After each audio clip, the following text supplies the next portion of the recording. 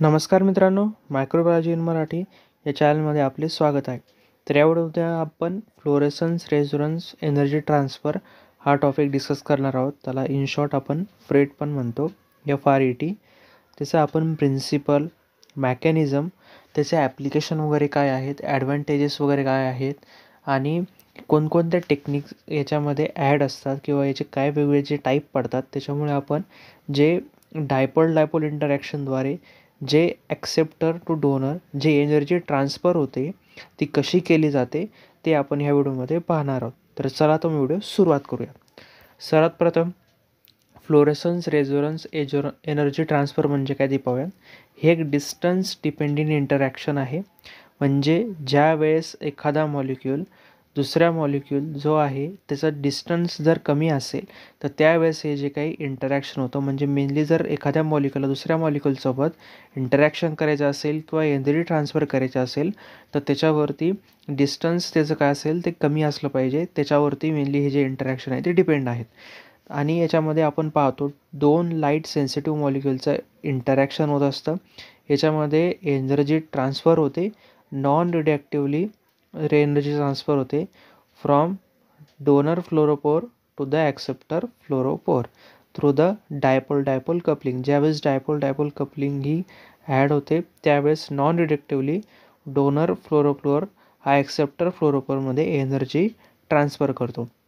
आणि ही जी टेक्निक आहे जास्त प्रमाणामध्ये मोलेक्युलर बायोलॉजीमध्ये, बायोफिजिक्समध्ये आणि बायोकेमिस्ट्रीमध्ये अशा वेगवेगळ्या फील्डमध्ये याचा वापर हा केला जातो. कारण की याच्यामध्ये आपण बायोमॉलिक्यूल जे आहेत त्याचं इंटरॅक्शन कसं होतं आहे, तो दुसऱ्या मॉलिक्यूलसोबत कसं इंटरॅक्ट होतो आहे, त्याच्यामध्ये एनर्जी कसं ट्रान्सफर होतो आहे किंवा त्यांच्यामध्ये किती डिस्टन्समध्ये असताना त्याचं इंटरॅक्शन घडून आलं आहे आणि त्याच्यामुळे त्यांची जी काही डायपोल कपलिंग आहे ती कशी ऑकर झाली ही पूर्णपणे स्टडी याच्याद्वारे आपण या टेक्निकद्वारे फ्रेटद्वारे फ्लोरेसन्स रेझोनन्स एनर्जी ट्रान्सफरद्वारे करू शकतो.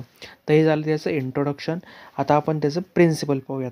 तर हे फ्रेट केव्हा ऑकर होतं, ज्यावेळेस डोनर आणि ॲक्सेप्टर हे दोघंही मॉलिक्यूल क्लोज असतात, टिपिकली 1 ते 10 नॅनोमीटरच्या रेंजमध्ये असतात, त्यावेळेस त्यांच्यामध्ये इंटरॅक्शन हे होऊ शकतं.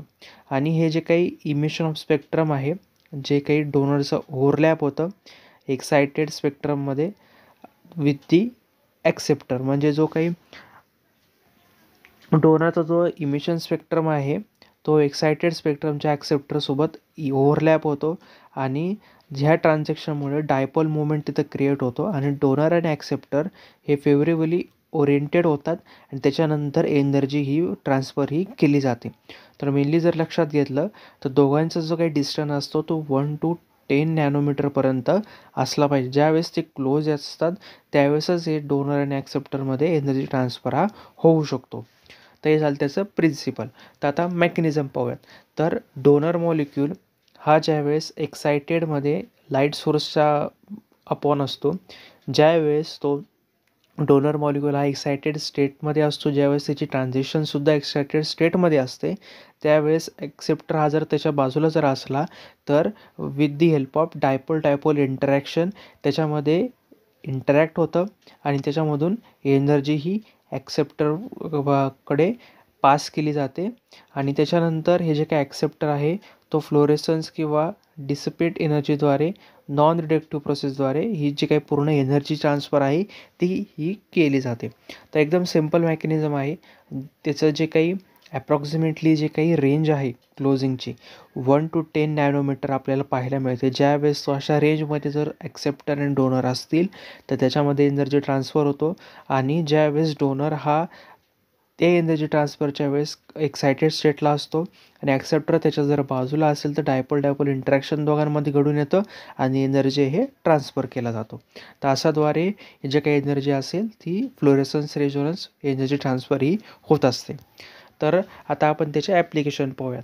तर ॲप्लिकेशनचा जर विचार केला तर प्रोटीन इंटरॅक्शनमध्ये रिअल टाईम इंटरॅक्शन स्टडी याच्यामुळे करू शकतो आपण. म्हणजे त्यांच्यामध्ये कसं इंटरॅक्शन घडून येतं आहे, प्रोटीन हा कोणत्या स्पेसिफिक प्रोटीनला इंटरॅक्ट होतो आहे किंवा त्यांच्यामध्ये किती डिस्टन्स आहे त्याच्यानंतर प्रोटीनमध्ये इंटरॅक्शन झाल्यानंतर एनर्जी ट्रान्सफर झाल्यानंतर त्याच्यामध्ये काय चेंजेस आहे, कॉन्फर्मेशन कोणकोणते चेंजेस होत आहे ते सगळा स्टडी आपण याच्यामध्ये करू शकतो. तसंच जर आपण पाहिलं न्यूक्लिक ॲसिड हायब्रिडायझेशन जे आहे त्याच्यामध्ये DNA RNA सोबत जे काही बाइंडिंग डिटेक्शन आहे ते सुद्धा याच्यात आपण करू शकतो.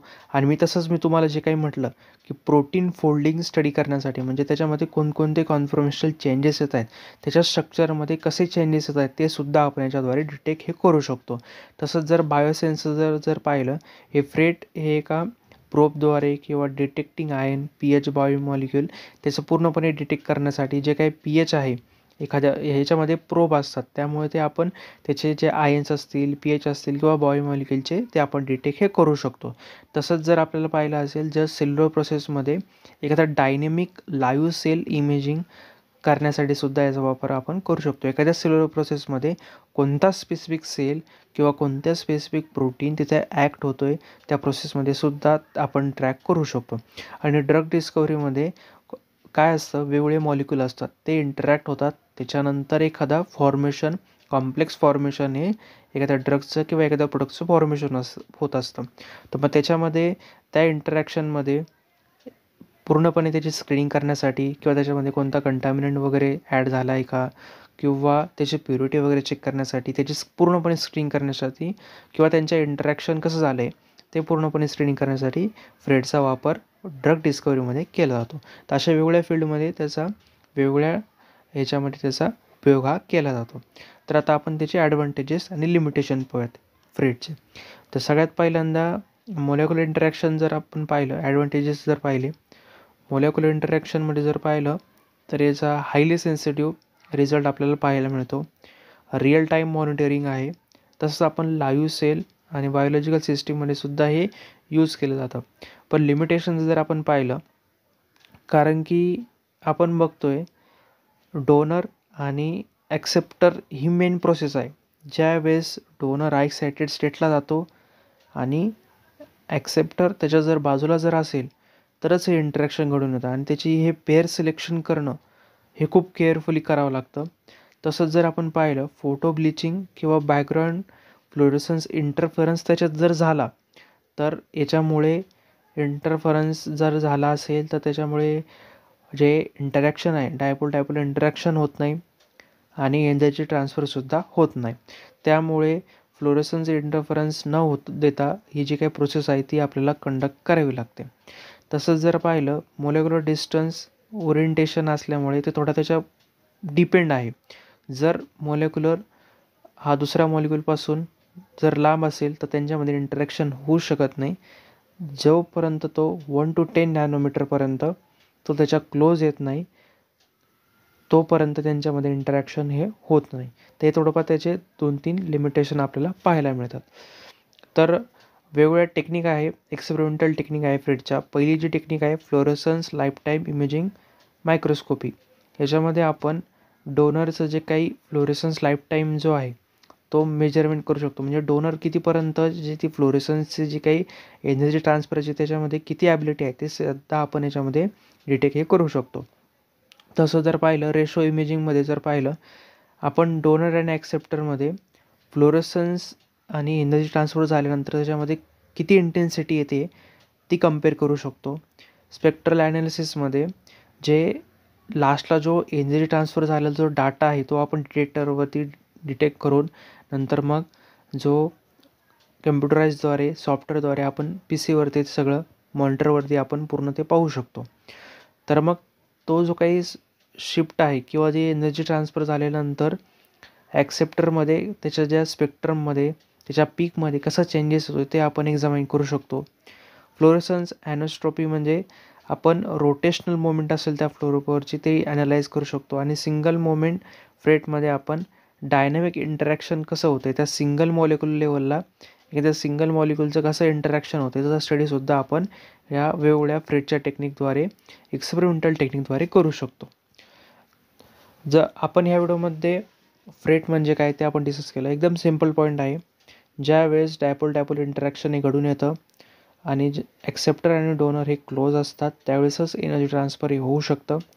आणि याचं जे काही आणि नॅनोमीटर डिस्टन्समध्ये जर असला तर कॉन्फर्मेशन त्याच्यामध्ये किंवा त्याचं इंट्रॅक्शन हे घडून येऊ शकतं. आणि ही खूप एक हाय सेन्सिटिव्हिटी टेक्निक आहे. याच्याद्वारे आपण लाईव्ह सेलसुद्धा असेल, व्हॅल्युएबल जे काही बायोलॉजिकल आणि मेडिकल रिसर्चमध्ये सुद्धा याचा वापर आपण करू शकतो. ते आपण ॲप्लिकेशनमध्ये पाहिलंच. तर एकदम सिम्पल टॉपिक आहे. जर तुम्हाला याच्यावरती जर काही डाऊट्स वगैरे असतील तर तुम्ही कमेंटमध्ये विचारू शकतात. आणि हा जर तुम्हाला व्हिडिओ आवडला असेल नक्की व्हिडिओ लाईक करा आणि चॅनल सबस्क्राईब करायला विसरू नका. आणि हा जो आपण टॉपिक डिस्कस केला आहे त्याचा मी ऑलरेडी नोट्स पण टेलिग्राम चॅनलवरती टाकलेला आहेत आणि टेलिग्राम चॅनलची जी लिंक आहे ती डिस्क्रिप्शनमध्ये मी दिलेली आहे. तर चला भेटूया पुढच्या व्हिडिओमध्ये.